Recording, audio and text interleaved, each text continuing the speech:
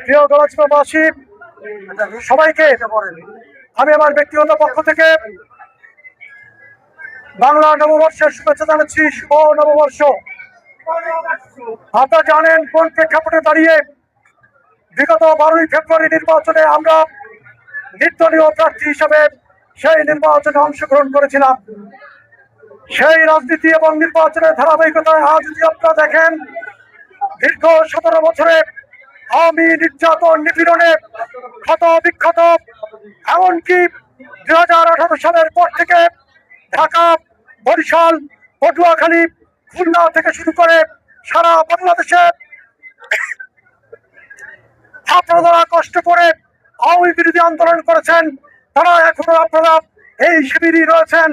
সুযোগবাদীরা, পলাতকরা, এমনকি দেশান্তর হওয়ারা এসে নেতৃত্ব গ্রহণ করেছে। আপনারা ধৈর্য হারা হবেন না, ইনশাল্লাহ অবশ্যই আপনাদের পুরস্কার আপনারা যথাসময়ে পাবেন ইনশাল্লাহ। আরেকটি বিষয়, আমাদের প্রবীণ জননেতা বীর মুক্তিযোদ্ধা জনাব আব্দুল সত্তার হাওলাদার ভাই বলেছেন, আপনারা ঐক্যবদ্ধ থাকবেন। অনেকে লোভে পড়ে, লালস হয়ে পড়ে আপনাদেরকে বিভ্রান্ত করার চেষ্টা করবে, কারো কথায় কান দিবেন না। টুকটাক যারা মুনাফিকি করেছে তারা ইতিমধ্যেই ফলাফল পেয়েছে। আমরা কারো নাম বলতে চাই না, আপনারা ঐক্যবদ্ধ থাকবেন। ইনশাল্লাহ আমরা সকলে মিলে এই ক্রাইসিসকে মোকাবেলা করব এবং আপনাদের হাতে বিএনপির নেতৃত্ব ফিরে আসবে ইনশাল্লাহ। আপনারা জানেন আজকে আমাদের পয়লা বৈশাখ অনুষ্ঠান হাই স্কুল মাঠে অনুষ্ঠিত হওয়ার কথা ছিল।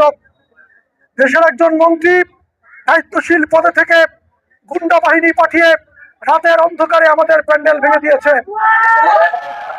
আমাদের মালামাল লুটপাট করেছে এবং সন্ত্রাস সৃষ্টি করেছে। আমি স্বরাষ্ট্রমন্ত্রীর দৃষ্টি আকর্ষণ করব, আপনি বলেছেন বাংলাদেশে মব সন্ত্রাস থাকবে না। আপনাদের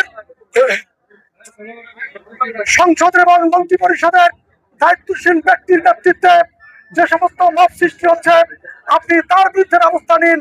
বাংলাদেশ মব সন্ত্রাস মুক্ত হবে এবং শান্তির বাংলাদেশ প্রতিষ্ঠিত হবে এবং তারই মধ্য দিয়ে দেশনায়ক তারেক রহমানের নেতৃত্ব প্রতিষ্ঠিত হবে এবং বাংলাদেশ একটি সম্ভাবনায় বাংলাদেশ হিসাবে, গণতান্ত্রিক বাংলাদেশ হিসাবে বিশ্বের বুকে মাথা তুলে দাঁড়াতে পারবে। সেই আশাবাদ ব্যক্ত করে আপনাদের সবাইকে আবারও নববর্ষের শুভেচ্ছা জানিয়ে শেষ করছি। আল্লাহ হাফেজ। সবাইকে অনেক অনেক ধন্যবাদ। আপনাদের সকলকে পান্তা ইলিশের আয়োজন করা হয়েছে। আপনারা একটু কষ্ট করে হলেও ধৈর্য ধরে সবাই একটু খেয়ে যাবেন। সবাইকে অনেক অনেক ধন্যবাদ। আসসালাম।